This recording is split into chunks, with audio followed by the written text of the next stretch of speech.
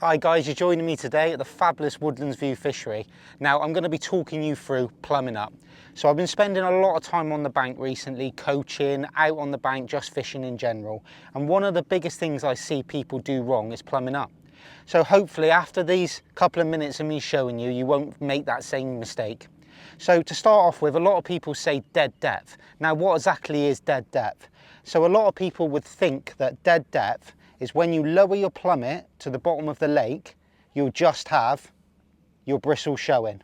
Now a lot of people think that's dead depth, but when you actually start fishing, your hook bait is never going to be as vertical from the float to the bottom as it is when your plummet's on the line, because obviously your plummet's 20 grams, so everything's going to be sitting dead vertical.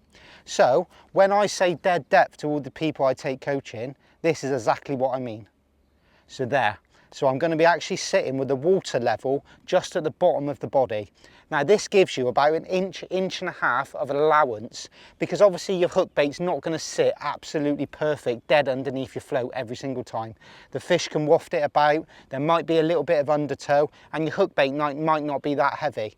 So at that inch and a half of line there, between your float and the plummet, just gives you a bit of allowance. I can assure you this will catch you more fish.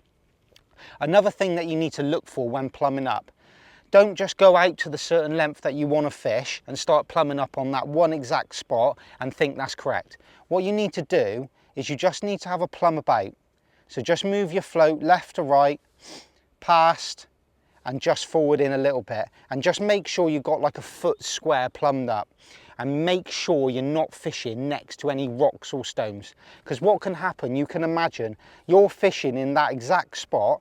If you have a rock or a stone 6-8 inches to the left, the fish will come into your peg above the rock or the stone, and they won't be coming in at the level of your bait, they'll be coming in above it. So what this can lead to is a lot of foul looking and a lot of line bites. So it's really important that you plumb up in a way that you give yourself a good amount of space that the fish can come into your peg, eat your bait at the same level as your bait. Now the last thing I want to talk about is obviously when you put your rig onto the top kit and you start plumbing up, you won't have the correct amount of line between the pole tip and your float. So once you've plumbed up and you get your float at the perfect depth, which it is exactly there, obviously I've got too much line between my pole tip and my float. So once you trim it down to the length that you're fishing, so today when I'm fishing short, I want to be using about 6 inches of line between your float. Don't just put your rig back onto your top kit.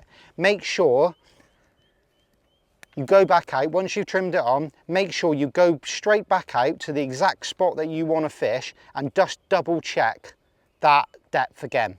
Because what can happen, if you've got 2.5 foot between the float and the pole tip, and you're plumbing up, the rig will be at a certain angle.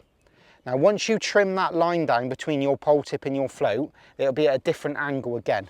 So once you've trimmed it all down, then lower your float in and just double check, especially on your deeper lakes, because there's going to be more of an angle, just double check that your float is still sitting perfect at the depth that you want to fish.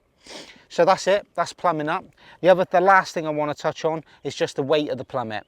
So the only two weights of plummets I use is 20 or 30 grams, depending on the depth. So here we've got about 4 foot, so I use a 20 gram plummet. If I was going to hayfield and it's 8, 10, 12 foot deep, I'll use a 30 gram plummet, and I'm using big hooks and strong line there. So two different weights of plummet. In general, 80% of my fishing I'll use 20 grams, 20% of it I'll use a 30. So just think about all those factors I've just spoke about when you're plumbing up, and I guarantee you get all of those right, you'll catch more fish. Right, so now you've seen me plumbing up in front of me, I just want to talk you through plumbing up in the edge. Now, plumbing up in the edge can be a lot more difficult. In general, when you plumb up in front of you, the bottoms are going to be fairly slopey, but there isn't going to be too many snags. On most commercial fisheries, there isn't going to be loads of rocks. When you're plumbing up in the edge, in general, there is. So picking the right contour, the right part of your peg is really important. So the first thing I want to say is that, again, you don't want to be fishing over rocks. You don't want fish coming into your peg at not at the same level as your bait. If they come into your peg above the rocks, a lot of the time you're going to get foul lookers, and you're going to miss bites, and your peg's just not going to be settled.